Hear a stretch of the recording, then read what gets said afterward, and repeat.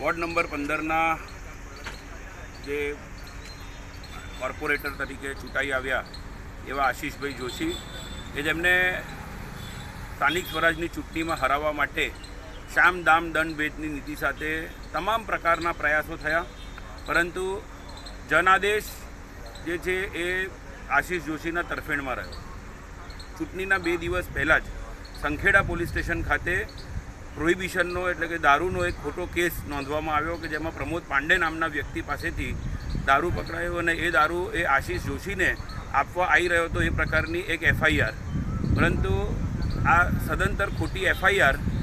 એમાં એક આરોપીના આવા એક નિવેદનના માત્રથી એને આશીષ જોશીને નું નામ FIRમાં સંડોવી દીધું. FIRની આ એક પ્રથમ એવી FIR કે જેમાં જે દારૂ છે એ દારૂ આરોપી ક્યાંથી લાવ્યો એની કોઈપણ પ્રકારની કોઈ વિગત FIRમાં ન હતી અને કોણે આપવા જાઓ છો એવા પ્રકારના આક્ષેપ એ FIRમાં આશીષ જોશીના નામે. પરંતુ આ જે FIR છે એ FIRની તમામ વિગતો જોઈએ તો આશીષ જોશી ડભોઈના બુટલેગરનો સંપર્ક કરે અને ડભોઈના બુટલેગર પાસેથી દારૂ મંગાવે. એમાં પણ જ્યારે રાજકીય રીતે ડભોઈના જ ધારાસભ્ય સાથે જ્યારે આશીષ જોશીનો છેલ્લા ઘણા સમયથી ઘર્ષણ ચાલી રહ્યું છે તેવા સંજોગોમાં ડભોઈના બુટલેગરનો કોન્ટેક્ટ કરે અને ડભોઈના જ બુટલેગર વડોદરામાં દારૂ સપ્લાય કરતા હોય આવી પ્રકારની જે વાત છે સહેજ બી માની શકાય એમ નથી. પરંતુ કયા સંજોગોમાં આ ડભોઈની વ્યક્તિનો ઉપયોગ આ કેસમાં થયો છે એ ખરેખર મોટો તપાસનો વિષય હતો.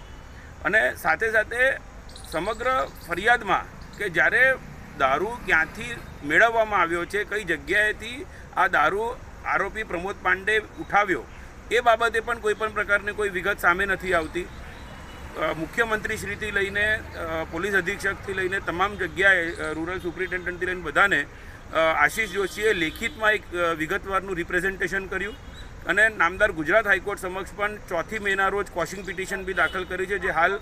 વેકેશન હોવાના કારણે નામદાર ગુજરાત હાઈકોર્ટમાં પેન્ડિંગ છે. પરંતુ એમની સ્પષ્ટ રજૂઆત રહી છે જ્યારથી આ ફરિયાદ થઈ છે કે પોતાનો વૈજ્ઞાનિક પદ્ધતિથી તમામ પ્રકારનો ટેસ્ટ કરાવવા તૈયાર છે, નાર્કો ટેસ્ટ કરાવવાની પણ પોતાની તૈયારી બતાડી. અને આશ્ચર્યની વાત એ છે કે 2 થી 3 વખત સંખેડા પોલીસ વડોદરા આવી ચૂકી. હમણાં 11મી તારીખના રોજ પણ સંખેડા પોલીસ ઇન્સ્પેક્ટર અને ફરિયાદી પોતે એ આશીષ જોશીના ઘરે આવેલા અને ત્યારબાદ આશીષ જોશીને પાણીગેટ પોલીસ સ્ટેશન લઈ જવામાં આવ્યા અને પાણીગેટ પોલીસ સ્ટેશન લઈ ગયા પછી